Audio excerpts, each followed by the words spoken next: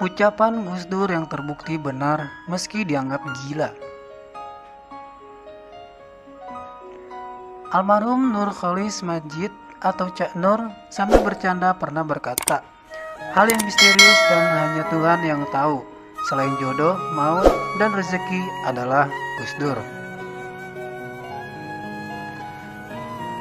Gus Dur, Allah yarham, memang begitu misterius, hingga sikap, ucapan, dan kebijakan beliau sering disalahpahami orang lain, bahkan oleh sebagian warga Nahdliyin NU sendiri.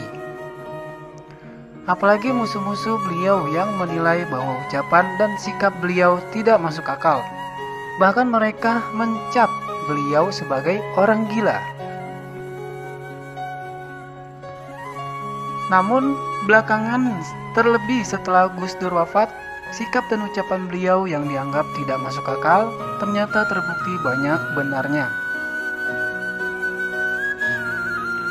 Seperti yang diceritakan para tokoh Vatikan saat Gus Dur menjabat sebagai ketua PBNU. Beliau mengunjungi Vatikan dan sambil guyon Gus Dur berkata bahwa beliau akan datang lagi ke Vatikan tapi tidak sebagai ketua PBNU, tapi sebagai seorang presiden.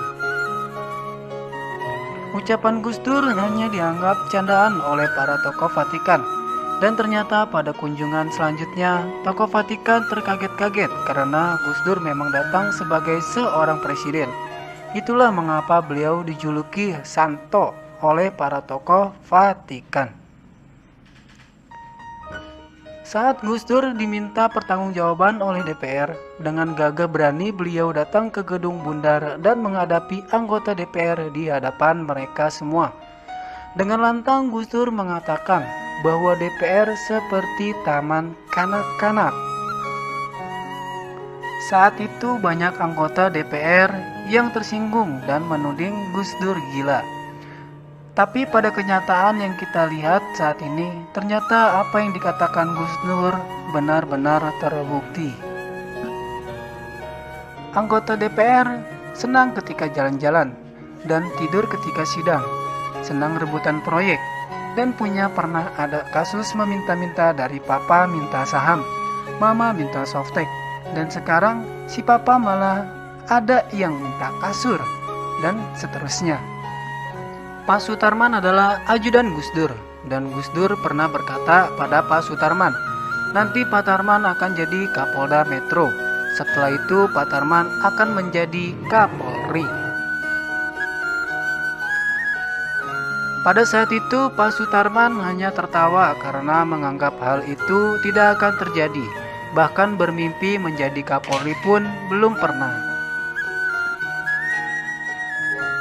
Dan tepat pada tanggal 23 Oktober 2013, Pak Sutarman ternyata resmi dilantik menjadi Kapolri oleh Presiden SBY. Pada 8 Januari 2006, Gus Dur pernah mampir ke rumah dinas wali kota Solo untuk bertemu dengan beberapa tokoh agama. Saat itu Bung Joko baru 6 bulan menjabat wali kota. Dan pada hari itu Gus Dur berkata, siapapun yang dikehendaki rakyat, termasuk Pak Jokowi ini, kalau dia jadi wali kota yang bagus, kelak juga bisa jadi presiden. Bung Joko hanya senyum-senyum pada waktu itu.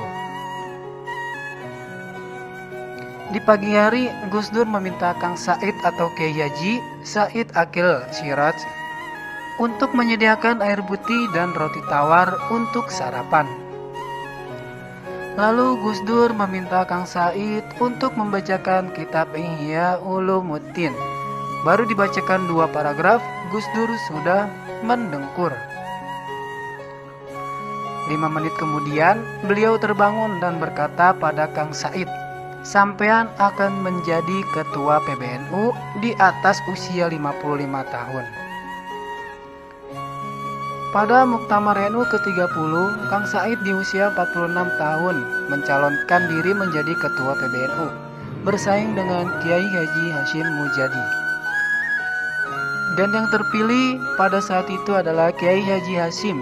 Selanjutnya pada Muktamar NU ke-32, Kang Said mencalonkan diri lagi menjadi ketua PBNU. Saat itulah beliau terpilih tepat di usia 56 tahun. Setelah gagal menjadi gubernur Bangka Belitung, Ko Ahok bertemu Gus Dur dan Gus Dur berkata, "Kamu akan menjadi gubernur." Benar juga, Ahok akhirnya jadi gubernur, tapi bukan di Bangka Belitung. Guru besar UGM Profesor Soehardi pernah menjadi dirjen di Departemen Kehutanan di era Gus Dur. Di ruang ICU beberapa hari sebelum wafatnya, Gus Dur berkata kepada sang profesor, "Pak Hardi, saya titip bangsa ini. Tolong ikut dikawal Pansus Senturi di DPR. Besok Kamis saya akan pulang ke Tebu Ireng dengan diantar banyak orang. Saya sudah ditunggu ayah saya di sana," kata Gus Dur.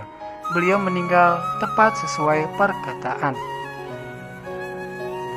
Masih banyak lagi kisah misterius tentang Gus Dur. Yang membuat tertawa adalah perkataan Gus Dur yang pernah diucapkan kepada Fidel Castro. "Saya menjadi presiden dipilih oleh orang-orang gila." Sekarang kita saksikan sendiri bagaimana perilaku mereka yang memilih Gus Dur pada masa itu.